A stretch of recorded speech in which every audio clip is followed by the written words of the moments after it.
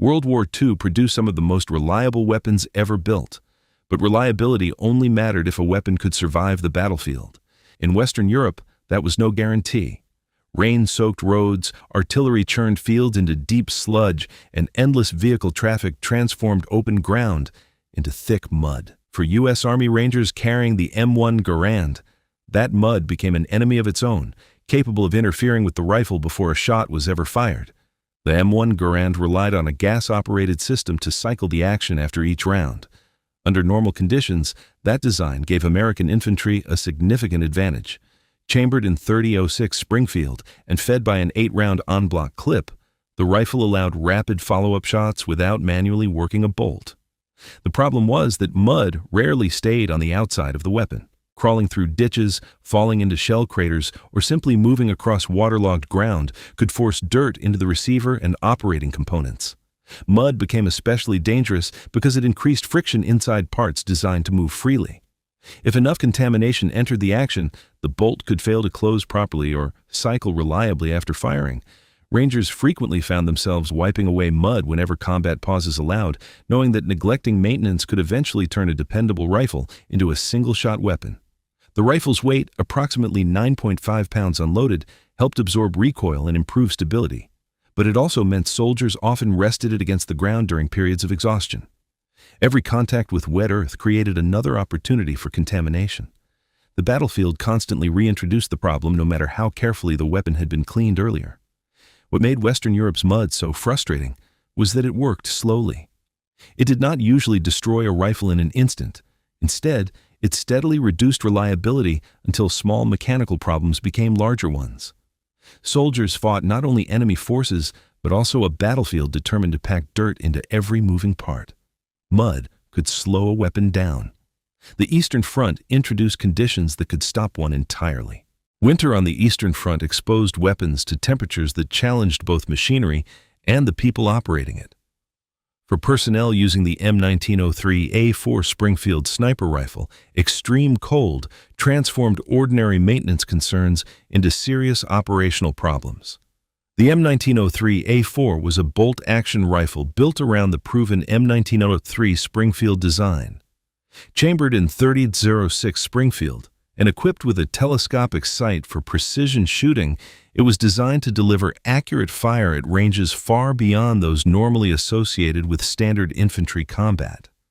Accuracy, however, depended on a weapon functioning exactly as intended, and severe cold threatened that reliability in several ways. Lubricants were among the first casualties of freezing temperatures. Oils that flowed easily in moderate weather could thicken dramatically as temperatures dropped. This increased resistance within moving parts and made bolts harder to operate. A rifle that functioned smoothly during training could suddenly feel sluggish after hours in sub-zero conditions. Optics created another challenge. Temperature differences between a warm body and freezing air encouraged condensation, while frost could form on lenses exposed to the environment. For a weapon whose primary advantage came from precise observation and shot placement, any reduction in visibility mattered. The sniper might still have a functioning rifle, but seeing the target clearly became more difficult. Cold affected the operator as well. Heavy gloves reduced dexterity, while bare fingers risked injury from prolonged contact with metal surfaces. Even simple tasks, such as manipulating the bolt, adjusting equipment, or loading ammunition, became slower. Reliability was no longer determined solely by the weapon's design. Human performance was now part of the equation. At roughly 8.7 pounds before optics and accessories, the Springfield remained manageable to carry. But winter conditions added extra burdens through clothing, equipment, and the physical effort required to move through snow-covered terrain. Every action demanded more energy than it would in warmer weather. Deep freeze threatened movement itself. North Africa would replace ice with something equally relentless. North Africa presented soldiers with an entirely different problem. Instead of mud or ice, the battlefield was dominated by heat, wind, and sand. For Rangers carrying the M1 Carbine, The challenge came from an environment capable of placing abrasive particles into almost every opening of a weapon. The M1 carbine was developed as a lightweight firearm for troops who needed something more effective than a pistol, but less cumbersome than a full-sized battle rifle. Chambered for the .30 carbine cartridge and fed from detachable magazines, it weighed just over 5 pounds unloaded. That light weight made it easier to carry across long distances under desert conditions where water, ammunition, and survival gear already placed heavy demands on soldiers. Mobility, however, offered no protection from sand. Fine particles driven by desert winds worked their way into actions, magazines, and ammunition. Once inside, they increased wear, created additional friction, and occasionally interfered with feeding or extraction. Even routine handling introduced new contamination into the system. Cleaning solved the problem only temporarily. The environment immediately began creating it again. Heat added another layer of difficulty. Weapons left in direct sunlight could become extremely hot to the touch, while constant exposure to blowing sand meant cleaning was never truly finished. A rifle cleared of contamination in the morning could require attention again before the day ended. Soldiers adapted by covering weapons whenever possible and maintaining them aggressively. Yet the desert never stopped attacking. Wind carried fresh sand across positions, into vehicles, and over equipment. Reliability became a daily struggle against an environment that seemed determined to grind its way into every mechanical surface. Sand attacked weapons from the outside. The Pacific jungle attacked them from every direction. The Pacific jungle created a battlefield where visibility dropped within a few meters and moisture never truly disappeared. For Marine raiders carrying the M1941 Johnson rifle, the environment introduced a constant threat that did not require enemy fire to cause damage. The Johnson rifle was a semi-automatic weapon chambered in .30-06 Springfield, using a short recoil system with a rotating barrel and a 10-round magazine. Its design allowed faster follow-up shots than bolt-action rifles, especially useful in close-range jungle engagements where encounters developed quickly and ended even faster. In the jungle, however, the issue was not speed. It was persistence. Humidity saturated everything. Moist air penetrated wood furniture, metal components, and ammunition storage. Over time, moisture encouraged corrosion in areas that were difficult to inspect in the field. The rifle's wooden stock absorbed water and gradually changed weight and balance, while exposed metal surfaces demanded constant attention to prevent rust. Cleaning solved the problem only temporarily. The environment immediately began creating it again.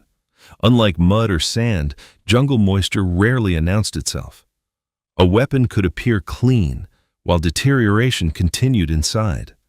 Marine raiders adapted by constant inspection and aggressive cleaning routines whenever conditions allowed brief pauses. But jungle operations rarely provided extended downtime.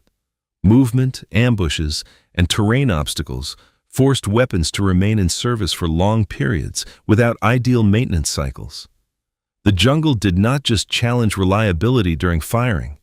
It reduced the long-term stability of the weapon itself, turning time into a silent enemy. Nature had tested reliability. Stalingrad would test what happened when the weapon had to function inside collapsing civilization. Stalingrad turned entire city blocks into layered rubble, where movement was measured in meters, and every structure became a potential firing position. For units operating with the Winchester Model 1912 shotgun, the environment shifted the weapon's role into something entirely different from traditional infantry combat. The Winchester Model 1912 was a pump-action shotgun designed for reliability at close range. Chambered typically in 12-gauge, it used a tubular magazine and an internal hammer system known for strong cycling under combat stress. In Stalingrad, its value came from short-distance engagements inside buildings, stairwells, and collapsed structures where visibility was minimal. Urban destruction created a constant mixture of dust, shattered concrete, and debris. Every movement through rubble-filled corridors introduced fine particles into equipment.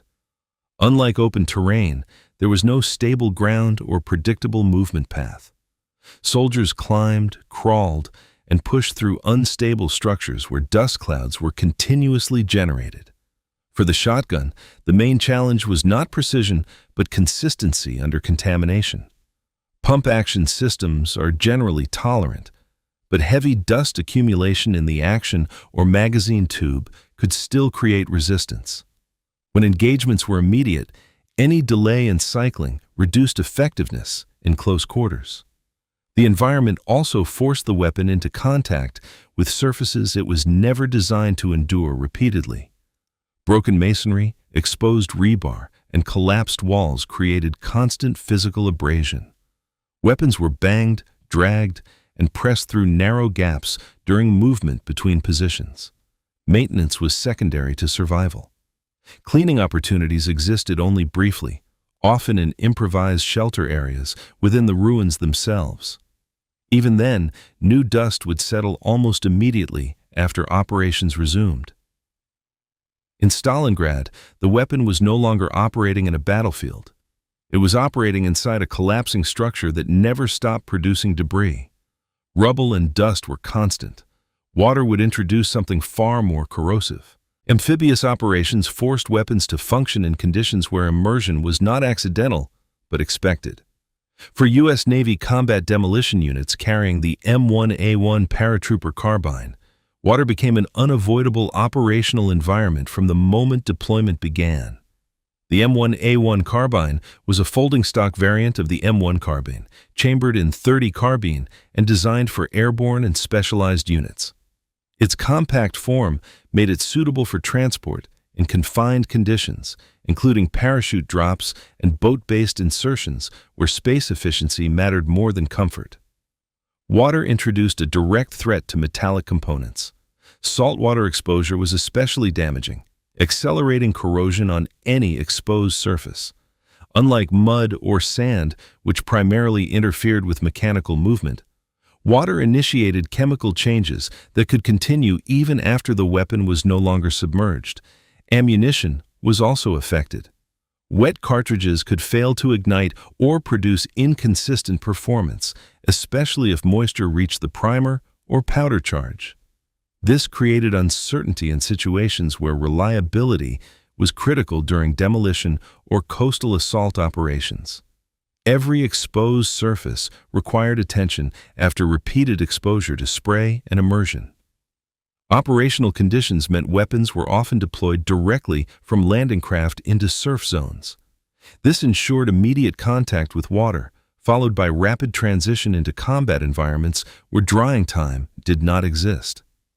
Weapons had to function while still wet or at least partially saturated. Maintenance became reactive rather than preventive. Crews focused on clearing water and minimizing corrosion damage whenever brief opportunities appeared, but the cycle of immersion and exposure repeated continuously throughout operations. Water did not just surround the weapon. It entered it, remained within it, and continued affecting it long after contact ended. Most environments attacked one weakness at a time. The Hurtgen Forest combined nearly all of them. The Hurtgen Forest presented one of the most complex environmental conditions encountered by American forces in Europe. Dense tree cover, persistent rainfall, limited visibility, and uneven terrain created a battlefield where movement and maintenance were equally difficult. For soldiers carrying the M1918A2 Browning automatic rifle, the environment became a continuous test of endurance and mechanical reliability.